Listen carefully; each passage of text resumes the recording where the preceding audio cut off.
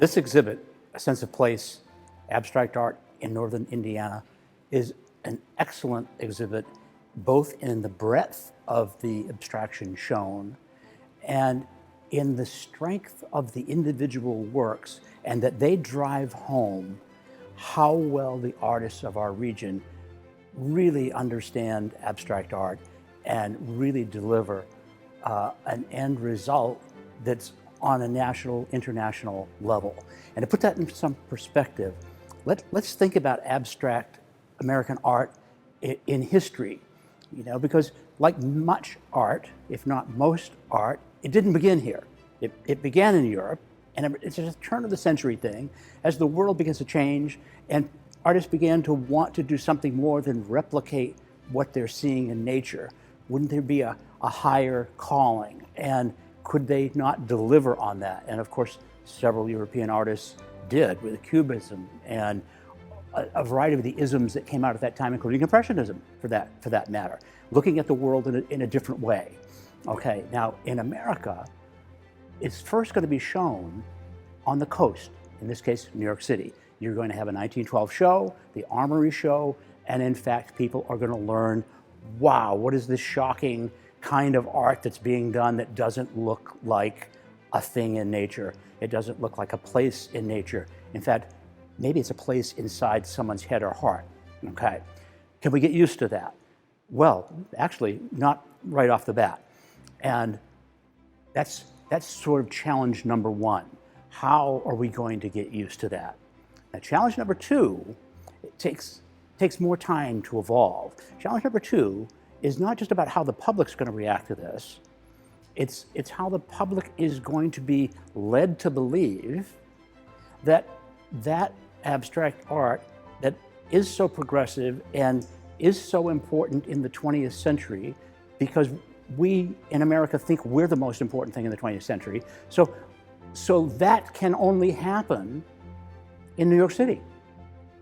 Now, why would they think that?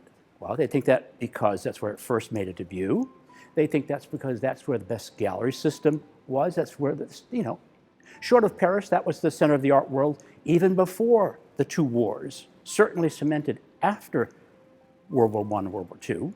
Okay, so it's a coastal phenomena. Right, now, where does that leave anybody else in the country? Let's say from Indiana, you traveled to New York City and you saw abstraction and you thought, I can bring this to my studio back. Oh, it's not going to work.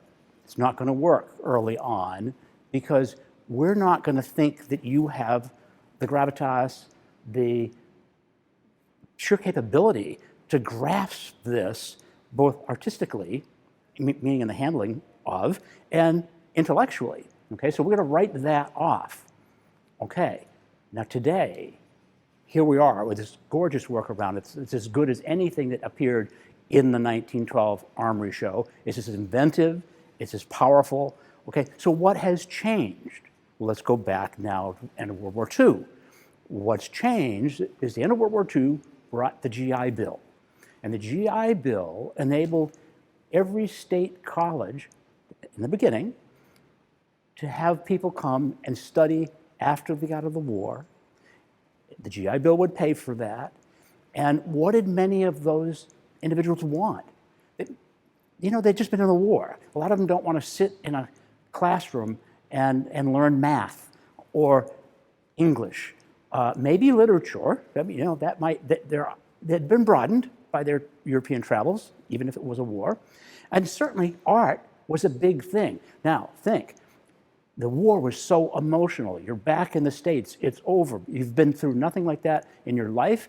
You may want to express your feeling, your emotion, your fears, your anxieties. What an outlet. Okay, now, who's going to be the faculty at all these new programs? Okay, now let's go back to look at the import of this. The programs aren't all in New York City, and they're not all in Los Angeles. The programs are in land-grant universities all across the country, and mid-20th century, abstraction is stronger than ever in art history. There's another war coming. A war as devastating in many ways to that generation as World War II was to this generation. And some of the artists in that generation are going to say, you know what, this abstraction thing, let me take it to the end result. And they really were thinking about the purists in Russia, but they called it minimalism. What am I going to paint? I'm going to paint an all red canvas, an all black canvas, an all white canvas, and I'm going to end painting.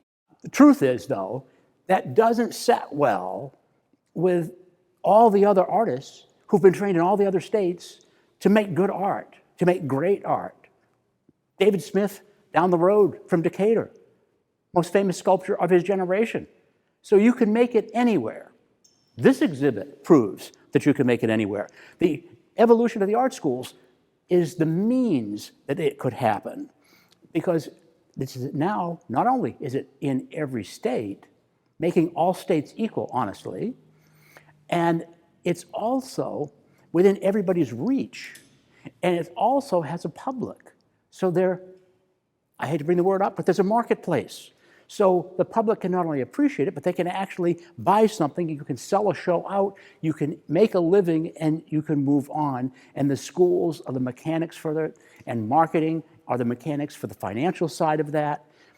And someone says, we're going to find new art forms that push the envelope of abstraction, that push the envelope of art in general, of which we feel abstraction still plays a major role. And it did. They weren't wrong. It did. Andy Warhol could do all the cartoons that he wanted to, but it didn't replace abstraction. Now, what's the theory? The theory is quite simple.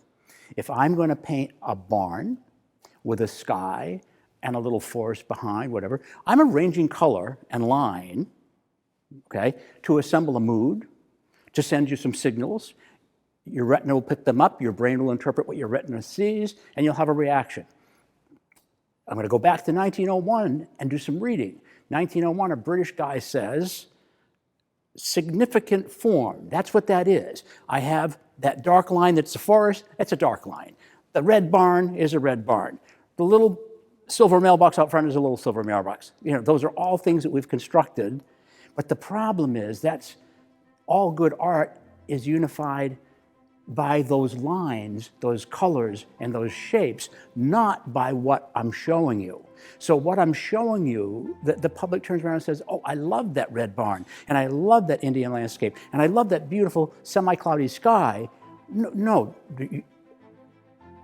this is Clive Bell, and he says, I'm going to argue with you. You love Grandma's farm, which you don't live on anymore.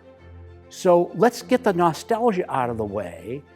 And what about looking at a red form with a blue form in the sky, with some white forms in the blue form? And let's make all that dance around so that your eye doesn't know it's Grandma's farm anymore. It just says, your eye tells you this is really emotionally charged. I don't know what it is. Okay, you're back in abstraction. That's the strength of modern art, is going to put us back in abstraction, where the artist trains the hand, the eye, to do what you want it to do. This is very intentional mark making, color choosing, space and shape maneuvering. So take me seriously there, I'm not joking you. Okay, so we're going to trust you, but you're giving me all these lines and forms, and I'm okay just to be delighted by it. I don't have to know what it is. I'm just okay to look at it. That's it. Let your emotions roller coast if they have to with some. Let your feelings come out with others. And America can do this because America has strong artists, America has strong art schools, and it's all across America, which makes it different from any other country. This happens in America coast to coast. And that's the most important thing that this show proves. It's important for a museum to say, we showcase this because of the quality of our Indiana artists. And we don't exclude our cousins in Chicago, and we don't exclude our neighbors, in Ohio, but they're good too. But get the point, people. We're great, and these artists are. And then the viewer, the people that come in to see the show, that's where you want your confidence to swell up. You want them to say, I never realized it, but Indiana has extraordinarily talented artists, and this isn't better than this is as good as anything that I've seen.